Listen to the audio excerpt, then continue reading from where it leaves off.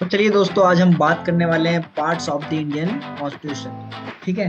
तो करीबन 22 भागों के अंदर अपने इंडियन कॉन्स्टिट्यूशन को बांटा गया था और करीबन अपने पास 395 अमेंडमेंट्स हैं। तो इन सभी के ऊपर हम चर्चा करने वाले हैं। बहुत इंटरेस्टिंग होने वाला है और इससे रिलेटेड कौन से मान लैंग्वेज क्वेश्चन आते हैं वो सब हम तुरंत देखेंगे। ठीक है।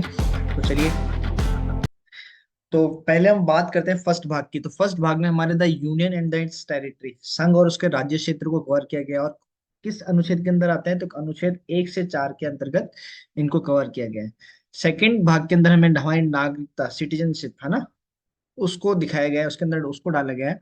और वो किस अनुच्छेद के अंदर उनको बताया गया है? 5 से लेके 11, 5 से लेके 11 जितने भी अनुच्छेद है ना, उसके अंदर सिटीजनशिप को के बारे में बताया गया है।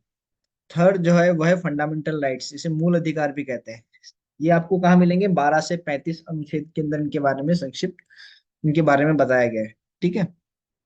जो भाग फोर्थ है उसके अंदर लिखा गया है राज्य के नीति निर्देश तत्व, director principle of state policy, जो कि 36 से 11 के अंदर है। और अक्सर इसका एग्जाम में पूछा जाता है कि directive principle of state policy किस कंट्री से लिया गया है। तो हमें हमेशा ध्यान रखना है कि आयरलैंड से हमने से लिया है।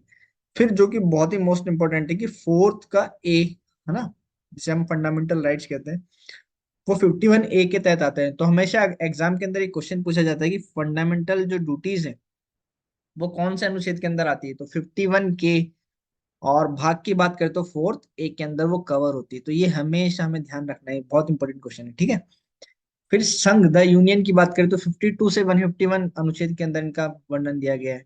भाग 6 के अंदर आता है राज्य, स्टेट, है ना। 152 से लेके 237 के अंदर इनकी बात की गई। ठीक है। फिर सातवें भाग में गया है पहली अनुसूची के भाग 6 के राज्य संविधान, सातवें संविधान संशोधन अधिनियम 1956 के द्वारा निरस्त। इस सातवें भाग को क्या कर दिया गया था? निरस्त कर दिया गया था। ठीक है, हटा दिया गया था भाग 6 के राज्य संविधान द्वारा। ठीक है, ये ध्यान रखना। भाग 8 की बात करें तो 8 में क्या नाते हैं? द यूनियन टेरिटरी, केंद्र शासित प्रदेश। ठीक है, इसे 239 से लेकर 242 तक के अनुच्छेद के अंदर बताया गया है। फिर भाग 9 में आती है पंचायतें, 243 से लेके 243 नए लेके। अक्सर एग्जाम में पूछा जाने वाला क्वेश्चन है। ठीक है, कि पंचायत कौन से भाग के अंदर आती है, उनका अनुच्छेद कौन सा है। ओके, तो आप ध्यान रखिएगा। फिर नगर पालिका की बात करें तो 9A के अंदर नगर पालिकाओं का वर्णन है। ठीक है, 243 तय तय से लेके 243 यह 6 तक। 9th B की बात करें तो सहकार समितियां, कोऑपरेटिव सोसाइटीज की बात की हुई है। एग्जाम में क्वेश्चन पूछा जाता है कोऑपरेटिव सोसाइटीज वाला ना, तो 9B के अंदर भाग में है ये। और 243 से यह जैसे लेके यह न के अंदर आती है। ठीक है, तो इनका भाग पूछा जाता है अक्सर कोऑपरेटिव और सोसाइटी का। अनुसूचित और जनजाति क्षेत्र, the scheduled tribe, scheduled and tribes area. जब एरिया की बात करते हैं तो 10th के अंदर भाग, 10th भाग का वर्णन किया गया है।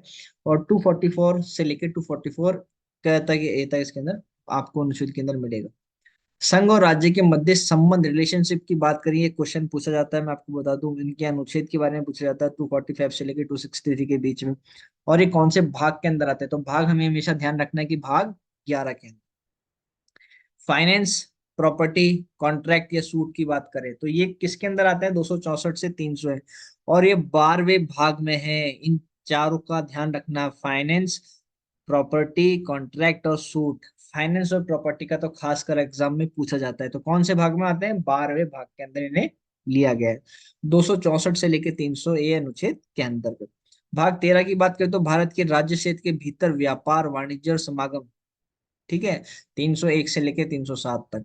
भाग 14 की बात करें तो संघ और राज्य के अधीन सेवाएं, है ना, service under the union and state. जो सर्विस सेक्टर होगा संघ और राज्य के बीच में, उसको भाग 14 के अंदर रखा गया है।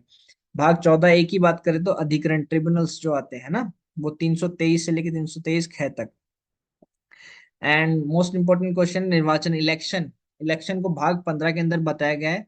और 324 से लेकर 329 तक। ठीक है, इलेक्शंस के बारे में इन्हें बताया गया है। एग्जाम में इलेक्शंस के बारे में पूछा जाता है कौन से भाग में आता है, किस अनुच्छेद में इसका वर्णन है। तो आपको ध्यान रखना है 324 से 329 और 15वें भाग के अंदर। ठीक है।